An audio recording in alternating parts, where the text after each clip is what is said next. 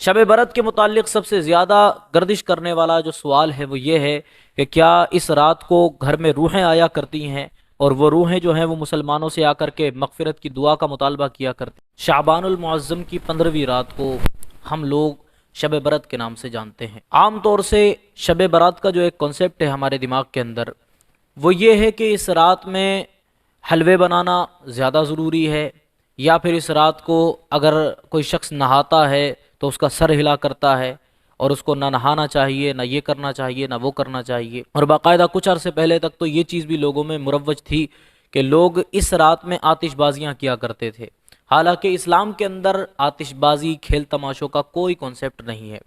اب رہی بات یہ کہ اس کے اندر حلوہ بنانا کیسا ہے، کھانا کھلانا کیسا ہے، تو دیکھیں شب برات اس کے لیے خاص نہیں ہے۔ آپ کسی بھی رات میں اگر یہ کام کریں گے یا دن میں کریں گے تو اللہ تعالیٰ آپ کو ثواب عطا فرمائے گا۔ ہاں، لیکن اللہ تبارک و تعالیٰ نے ہر چیز کے لیے ایک مقرر لمحہ رکھا ہے کہ اگر اس لمحے میں اس کام کو کیا جائے گا تو اللہ زیادہ ثواب عطا فرمائے گا۔ مثال کے طور پر دن کے اندر آپ کتنے نوافل پڑھیں، ہو سکتا ہے کہ اللہ تعالیٰ اپنی بارگاہ میں قبول کرے یا نہ کرے، یا پھر ان کا ثواب کس لیول کا ہو یا آپ نہیں جانتے، لیکن رات کے وقت میں اٹھ کر کے اللہ کی عبادت کرنا یہ اللہ کو زیادہ پسند ہے۔ اسی طرح سے شب برات آقا کریم صلی اللہ علیہ وسلم سے کافی صراحت حدیثوں سے ملتی ہے اس بارے میں کہ شب برات کوئی چیز ہے۔ بہت سے لوگ کہتے ہیں کہ شب برات کوئی چیز نہیں ہے، تو جن کے نزدیک نہیں ہے تو کوئی ایسا معاملہ نہیں ہے، نہ مانے، لیکن جن کے نزدیک ثابت ہے اللہ کا فضل ہے، وہ اس پہ قائم۔ شب برات کے متعلق سب سے زیادہ گردش کرنے والا جو سوال ہے وہ یہ ہے کہ کیا اس رات کو گھر میں روحیں آیا کرتی ہیں، اور وہ روحیں جو ہیں وہ مسلمانوں سے آ کر کے مغفرت کی دعا کا مطالبہ کیا کرتی ہیں، یا یہ کہ روح گھر میں آ سکتی ہے کہ نہیں۔ اس چیز کو مجھ سے ہی خود کتنے لوگوں نے پوچھا ہے کہ کیا شب برات کو یا کسی بھی دن مسلمانوں کی روحیں گھر کے اندر آ کر کے جو ہے دعائے مغفرت کے لیے مطالبہ کیا کرتی ہیں۔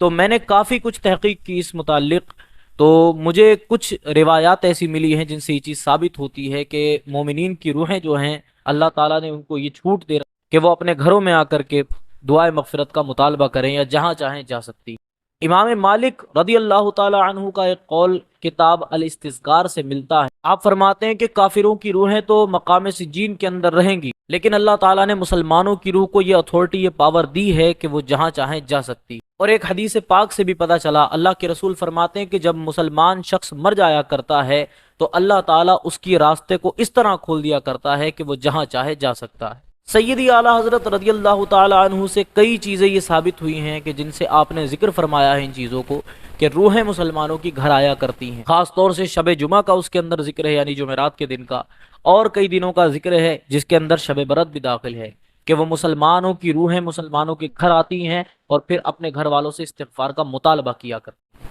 سب سے پہلے سمجھیں کہ اگر یہ روحیں گھر کے اندر آئیں تب بھی کوئی پریشانی والی بات نہیں ہے۔ جب اللہ کسی چیز کا ارادہ فرمائے تو اس میں پریشانی کی کیا بات ہے؟ اگر اللہ چاہے تو ایک مقام سے انسان کو پل بھر کے اندر دوسری جگہ بھیج دے، تو اس میں پریشانی کی بات کیا ہے؟ اب بات یہاں آتی ہے کہ مسلمانوں کے گھر آ کر وہ روحیں مغفرت کا مطالبہ کرتی ہیں، تو آپ اس چیز کا خیال رکھیں۔ ہمارے جو فوت شدہ مسلمان ہمارے گھروں سے فوت ہو چکے ہیں، ان کو ہماری تسبیحات کی ضرورت پڑتی ہے۔ یہ الگ بات ہے، اللہ فرماتا ہے وَأَلَّيْسَ لِلْإِنسَانِ إِلَّا مَا سَعَى، کہ انسان کے لیے وہی ہے جس کی وہ کوشش کر کے گیا تھا۔ مطلب جتنا کام اس نے کیا ہے، جو کچھ اس نے کمایا ہے، وہ اس کو ملنا ہے، اور کسی جان کا بوجھ دوسری جان پر نہیں ڈالا جائے گا، یہ اللہ کا وعدہ ہے۔ لیکن ساتھ ہی ساتھ حدیث رسول سے یہ بات پتہ چلتی ہے کہ جب انسان مر جاتا ہے تب اس کے اعمال ختم ہو جاتے ہیں،